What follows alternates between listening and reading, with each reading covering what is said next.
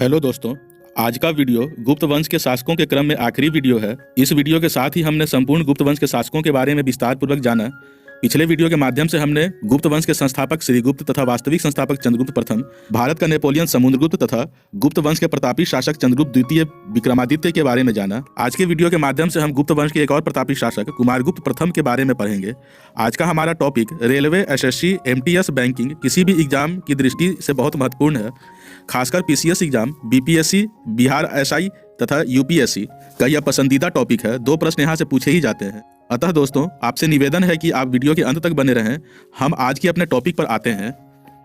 आज का हमारा पहला टॉपिक है कुमारगुप्त प्रथम या महेंद्र द्वितीय। चंद्रगुप्त प्रथम का उत्तराधिकारी उसका पुत्र कुमारगुप्त हुआ, परंतु कुमारगुप्त के पूर्व एक और शासक का नाम आता है।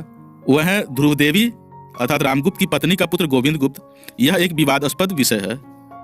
आगे देख लेते हैं। कुमारगुप्त के बिलसार अभिलेख, मंदसौर अभिलेख, कर्मदंडा अभिलेख आदि से उसके शासनकाल की जानकारी मिलती है।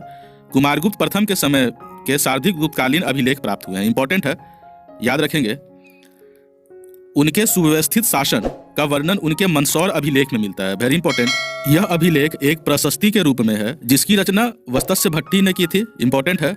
आगे देख लेते हैं कुमारगुप्त कालीन सिक्के। तो मध्य भारत में रजत सिक्कों का प्रचलन कुमारगुप्त के शासनकाल में प्रारंभ हुआ। इंपॉर्टेंट है। कुमारगुप्त ने मुद्राओं पर गरुड़ के स्थान पर मयूर की आकृति उत्कीर्ण कराई। इंपॉर्टेंट है। समुद्रगुप्त ने अपने सिक्कों पर गरुड़ की आकृति उत्कीर्ण कराई थी। कुमारगुप्त ने गरुड़ के स्थान पर मयूर की आकृति उत्कीर्ण कराई। इस प्रकार की मुद्रा के मुख्य भाग पर मयूर को खिलाते हुए राजा की आकृति तथा पृष्ठ भाग पर अश्विन कार्तिकेय की आकृति उत्कीर्ण है। इंपॉर्टेंट है। कुमारगुप्त के सिक्कों से पता चलता है कि उसने अश्वमेघ यज्ञ करवाया था। याद रखेंगे। कुमारगुप्त की उपलब्धियां। कुमारगुप्त ने महेंद्रद्वितीय, श्री महेंद्र तथा महेंद्र अश्वमेघ आदि उपाधियां धारण की। अन्य विशेषताएं। कुमारगुप्त प्रथम के अंतिम दिनों में पुष्यमित्र नामक जनजाति ने आक्रमण किया। यह पुष्यमित्र नामक जनजाति है। एक पुष्यमित्र वंश था जिसके बारे में हमने पिछले वीडियो के माध्यम से जाना है। याद रखेंगे। कुमारगुप्त का पुत्र स्कंदगुप्त ने पुष्यमित्रों को पराजित करने में सफलता प्राप्त की। इंपॉर्टेंट है। आगे देखते हैं। कुमारगुप्त प्रथम ने मोस्ट इंपॉर्टेंट नालंदा विश्वविद्यालय की स्थापना करवाई थी। नालंदा विश्वविद्यालय को ऑक्सफोर्ड ऑफ महायान, इंपॉर्टेंट है, याद रखेंगे, कहा जाता है। आगे देख लेते हैं। स्कंदगुप्त कुमारगुप्त का उत्तराधिकारी। भीतरी अभिलेख के अनुसार प्रथम हूण आक्रमण इसी के समय में हुआ था। इंपॉर्टेंट है, क्वेश्चन यहाँ से एग्जाम में पूछा जाता है। जूनागढ़ अभिलेख के अनुसार स्कंदगुप्त ने हूणों के आक्रमण को विफल कर दिया था। जूनागढ़ अभिलेख में हूण को मलेच्छ कहा गया है। इंपॉर्टेंट है, क्वेश्चन यहाँ से भी पूछा जाता है। जूनागढ़ अभिलेख के अनुसार स्कंदगुप्त ने सुदर्शन झील के पुनरुद्धार का कार्य सौराष्ट्र के गवर्नर पर्णदत्त के पुत्र चक्रपालित को सौंपा था। Most important. उसने झील के किनारे एक विष्णु मंदिर का निर्माण करवाया था। याद रखेंगे, क्वेश्चन यहां से भी बनता है। स्कंदगुप्त ने वृषभ शैली के नए सिक्के जारी किए। इंपॉर्टेंट है।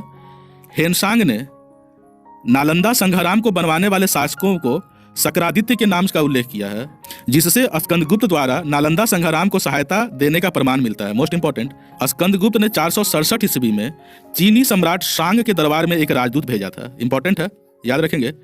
अब देख लेते हैं गुप्त वंश के अन्य शासकों के बारे में। तो स्कंदगुप्त के पश्चात पुरुगुप्त, उसके पश्चात नरसिंहगुप्त, बालादित्य, कुमारगुप्त द्वितीय, बुधगुप्त, भानुगुप्त, वैन्यागुप्त, कुमारगुप्त तृतीय शासक हुए। बुधगुप्त ने नालंदा महाविहार को धन दान दिया था। इंपॉर्टेंट है। नरसिंहगुप्त ने हुन नरेश मिहिर कुल को पराजित किया। Most important. भारतीय इतिहास में सती प्रथा का प्रथम अभिलेखीय प्रमाण भानुगुप्त के एरन अभिलेख से मिलता है। इंपॉर्टेंट है। आगे देख लेते हैं। विष्णुगुप्त तृतीय गुप्त साम्राज्य का अंतिम था। याद रखेंगे। गुप्तों के पतन के साथ नए वंशों का उदय हुआ, जिसमें वल्लभी के मैत्रक थे, कन्नौज के मौखरी थे तथा थानेसर के पुष्यभूति वंश आदि प्रमुख थे। गुप्तों का शासन 550 ईस्वी तक जारी रहा, परंतु पतन होती शक्ति का कोई महत्व नहीं रह गया। तो दोस्तों, आज का हमारा क्लास खत्म होता है। अगले वीडियो के माध्यम से हम एक और महत्वपूर्ण टॉपिक गुप्तकालीन समाज और गुप्तकालीन धर्म को पढ़ेंगे। दोस्तों, अगले वीडियो के नोटिफिकेशन के लिए हमारा चैनल सब्सक्राइब करें। अगर हमारा वीडियो सीरीज आपको पसंद आ रहा है तो वीडियो को लाइक करें तथा कमेंट करें। पढ़ते रहें, रोज नया सीखते रहें। धन्यवाद।